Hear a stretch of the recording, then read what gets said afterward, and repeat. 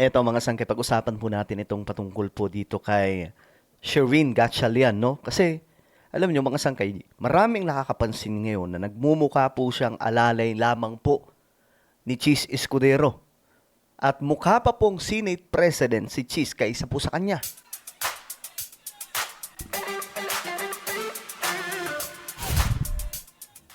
Hey guys, what's up? This is me. We are back dito sa ating YouTube channel. Kamusta po kayo mga kababayan? Mga solid sangkay na nanonood ngayon. At ito nga pag-usapan po natin mga sangkay itong patungkol po dito kay Win Gatchalian. Kasi marami pong nakakapansin, no? Na parang na-off sila sa nakikita nila. Kasi si Win Gatchalian, yung masasabi po nating Senate President. Pero, ang nangyayari mga sangkay, para po siyang alalay talaga nitong si Cheese Escudero. So, paano nangyari? Ito, ipapakita ko po sa inyo.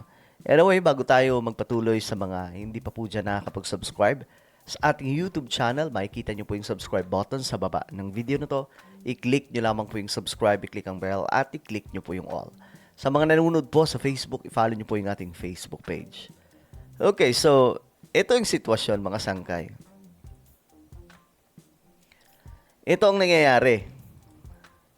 Tingnan nyo po ito si Sherwin Gatchalian, ito si Cheese Escudero.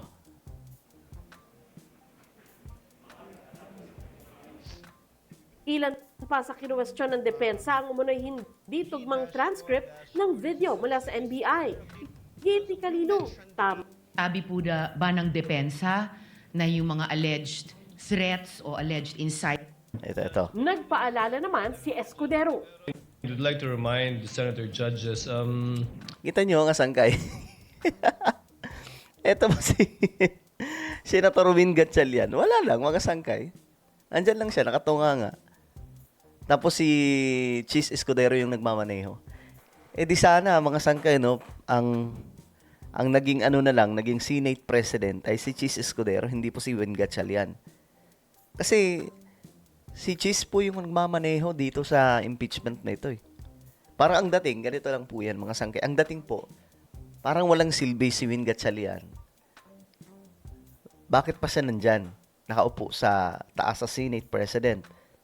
Kung ang nagmamaneho naman eh itong si Cheese Escudero, tingnan po ninyo. to be cautious in making counsels for either party make conclusions of law and fact instead of presenting evidence through a witness they will present or through direct, cross, redirect, or recross. Because if he answers Senator Judge Ontiveros, that would effectively place on record a conclusion of fact and law. O, diba mga sangkay? Parang out of place itong si Win Gatchalian. Kaya nga po ito, may nag-comment dito. Ito, political analyst.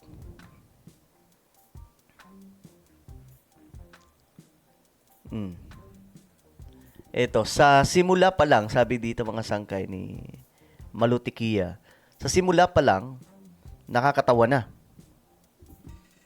Tingnan nyo ang larawan na ito. Ayan po mga sangkay.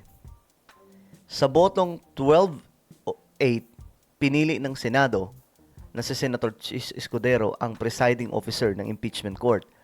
Iba sa saligang batas at sa Constitutional Commission. Ngayon lamang nangyari ito. Dalawang senador na nakaupo sa harapan. Kasi dati mga sangkay, isa lang po talaga yung Senate President.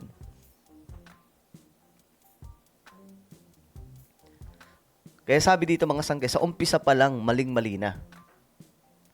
Tama si Senator Robin Padilla. Di sana si Senator Cheese Escudero na lang ang inihalal bilang SP or Senate President. Kita, mukha kasi talaga siyang alalay dito. Alam niyo yun, parang wala lang. Palamuti lang siya. Nakaupo lang siya dyan. Si Cheese Escudero yung nagmamaneho sa impeachment na ito. At si Win, display lamang. Kaya nga po may nag-comment mga sangkay, no? Isa pong DDS. So, baka na naman sabihin ng iba dyan na DDS ako porket nag-komento.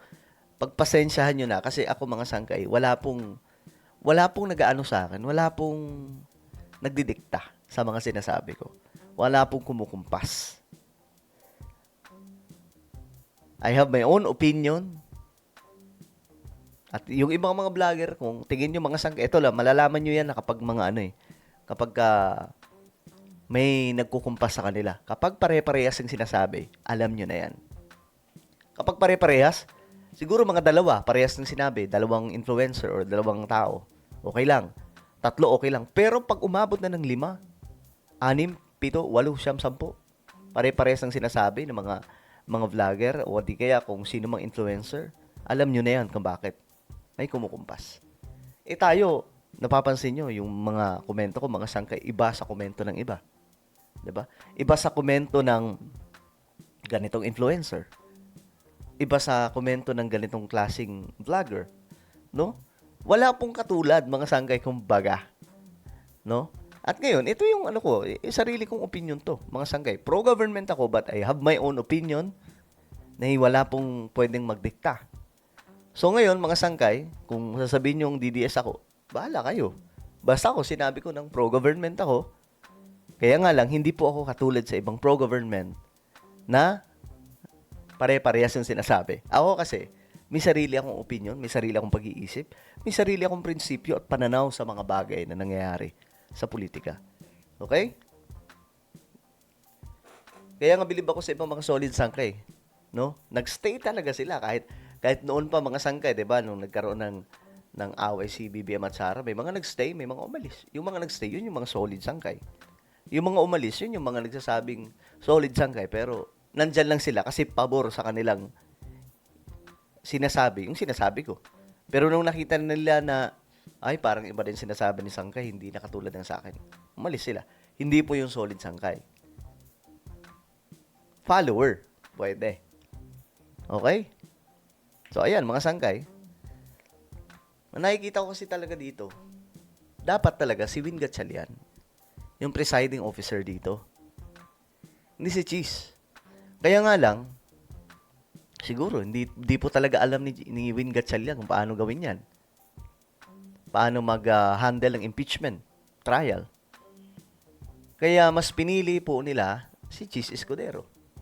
First time nangyari. 'Di ba? Kaya sabi dito mga sangkay, how do you restore trust in the Senate? Though medyo ano na to, kasi sabi dito, the Malacanang approved SP is now what? That is a very, very insulting way of treating a Senate President. Okay, medyo politics na po yung ano dito mga sangkay, may halong politika na. Pero yung main point dito, nilagay po nila si Win Gatchalian as puppet. But they don't trust him. They don't believe in him. Puppet lang. Kay Cheese Escudero sila may tiwala. Kaya siya ang piniling presiding officer. Alright? Well, ano po ang inyong opinion? Comment down below.